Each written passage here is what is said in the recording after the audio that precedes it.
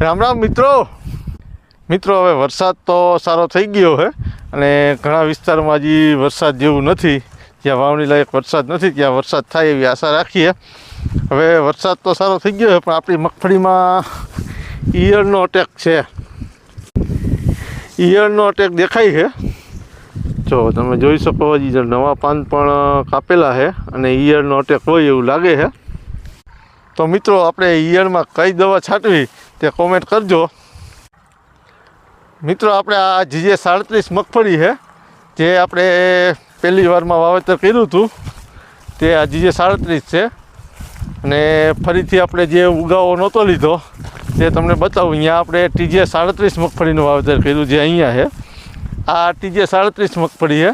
આ વચ્ચે 10 ક્યારા જે તમે જો ઓલી કટ દેખાય એ કટથી વચ્ચે આપણે જે 10 ક્યારાનો ઉગાવો નહોતો આવ્યો એમાં આપણે TJ37 મગફળીનું વાવેતર કર્યું હતું. TJ37માં આપણે ઈયળ ઓછી હોય એવું લાગે છે. જો આમાં ઈયળ ઓછી હોય એવું લાગે છે અને આપણે GJ37 છે એમાં થોડોક ઈયળનો ઉપદ્રવ વધારે છે. તો મિત્રો કોમેન્ટ કરજો ઈયળ માટે અત્યારે કઈ દવાનો ઉપયોગ કરવો. તો ચાલો મિત્રો હવે મળશું આગળ વિડીયોમાં. ત્યાં સુધી રામ રામ, આવજો.